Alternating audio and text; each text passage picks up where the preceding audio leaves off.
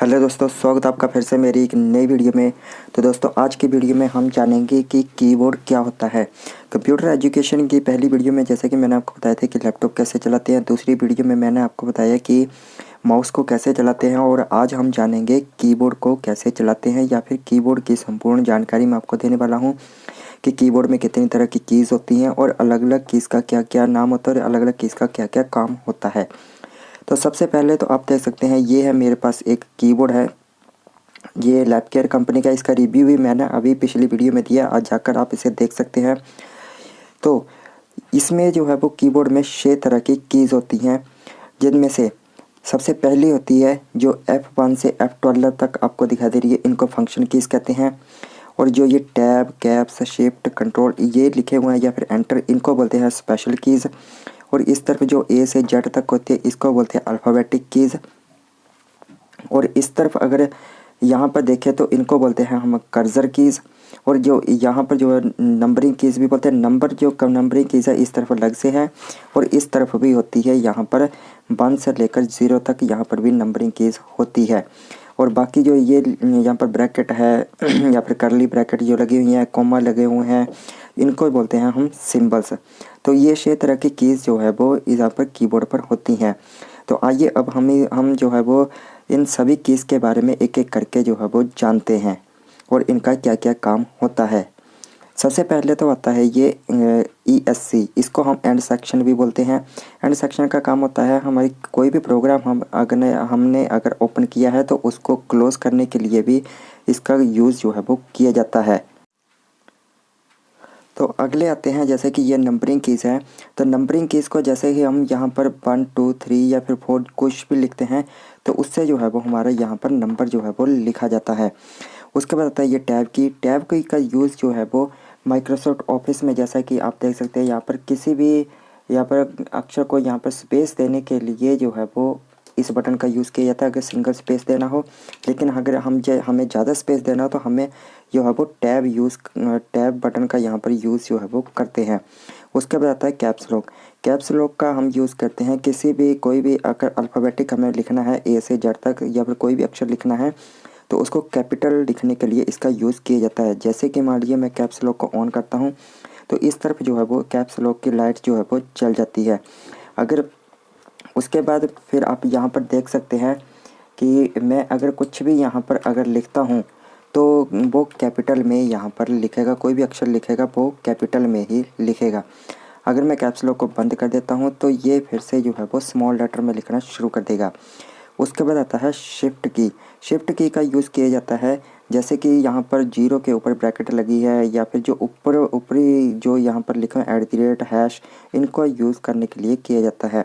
जैसे कि अगर मैं शिफ्ट प्रेस करके इनका यूज़ करता हूँ तो आप देख सकते हैं यहाँ पर ये डॉलर का निशान, परसेंटेज, ये सब जो है वो लिखे हुए आ रहे हैं। शिफ्ट का यूज़ जो है वो एक तरह से ऐसे भी किया जाता है।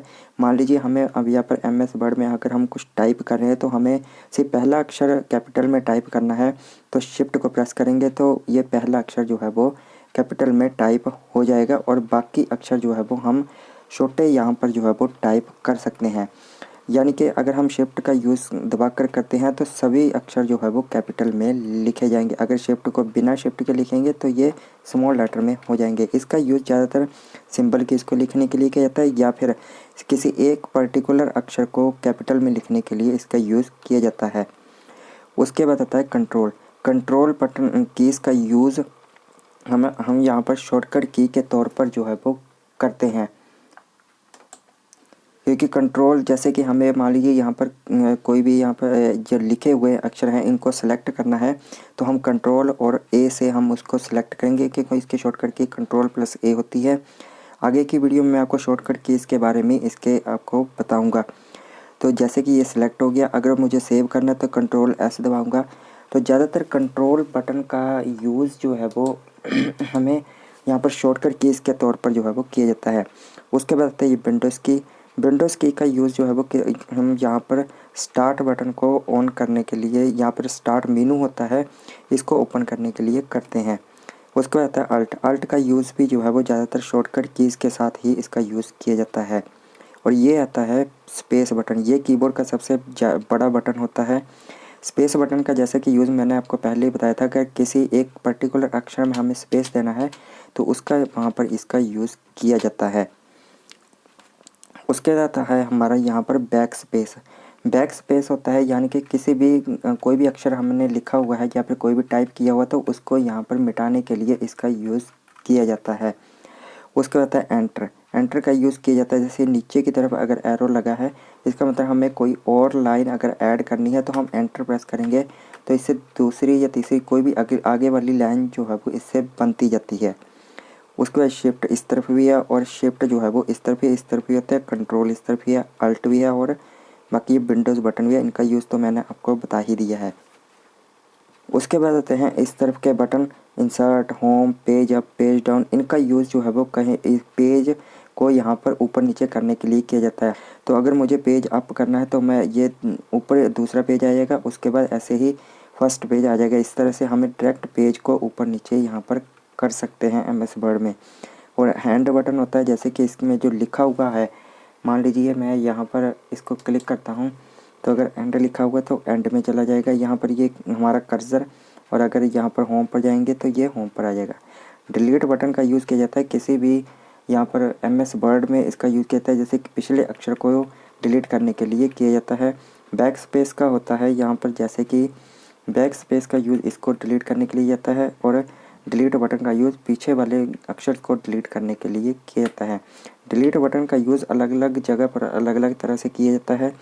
जैसे कि अगर मैं यहाँ पर किसी यहाँ पर फोल्डर को या फिर कोई भी हमारे पास फाइल है इसको सिलेक्ट करता हूँ और उसके बाद डिलीट पर क्लिक करता हूँ तो ये यहाँ पर डिलीट हो जाएगी अगर मैं इसको यस करता हूँ।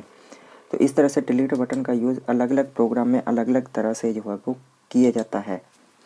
उसके बाद ये कर्सर कीज़ है, जैसे ही हमारे यहाँ पर कर्सर है तो उसको ऊपर नीचे या फिर दाएं बाएं करने के लिए इनका यूज़ जो है वो कर्सर कीज़ का किया जाता है। उसके बाद आता है यहाँ पर प्रिंट स्क्रीन। हमें यहाँ प्रिंट स्क्रीन से हम किसी भी डॉक्यूमेंट या फिर इसका स्क्रीनशॉट जो है वो ले सकते हैं। बाकी स्क्रॉल लॉक और पॉज ब्रेक इसका यूज़ जो है वो अलग अलग प्रोग्राम में अलग अलग तरह से किया जाता है।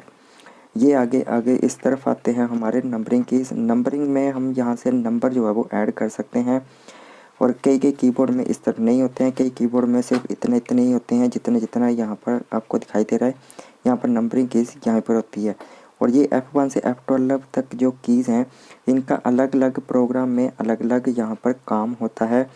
जैसे कि इसमें अगर एमएस वर्ड में देखा जाए तो इसका यूज़ जो है जैसे अगर हम कंट्रोल के साथ करते हैं तो कंट्रोल प्लस F2 करते हैं तो ये प्रिंट प्रीव्यू यहाँ से ओपन हो जाता है।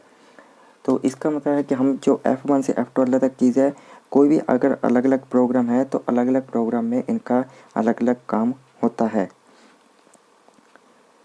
तो ये था यहाँ पर कीबोर्ड के बारे में दोस्तों कि कीबोर्ड में कितनी तरह की कीज़ होती हैं और इनका अलग अलग जगह पर या फिर अलग अलग प्रोग्राम में इनका क्या क्या काम होता है। दोस्तों आगे की वीडियो में मैं आपको बताऊंगा यहाँ पर F1 से F12 तक जो फंक्शन कीज़ हैं इनका अलग अलग प्रोग्राम में क्या क्या काम होता है।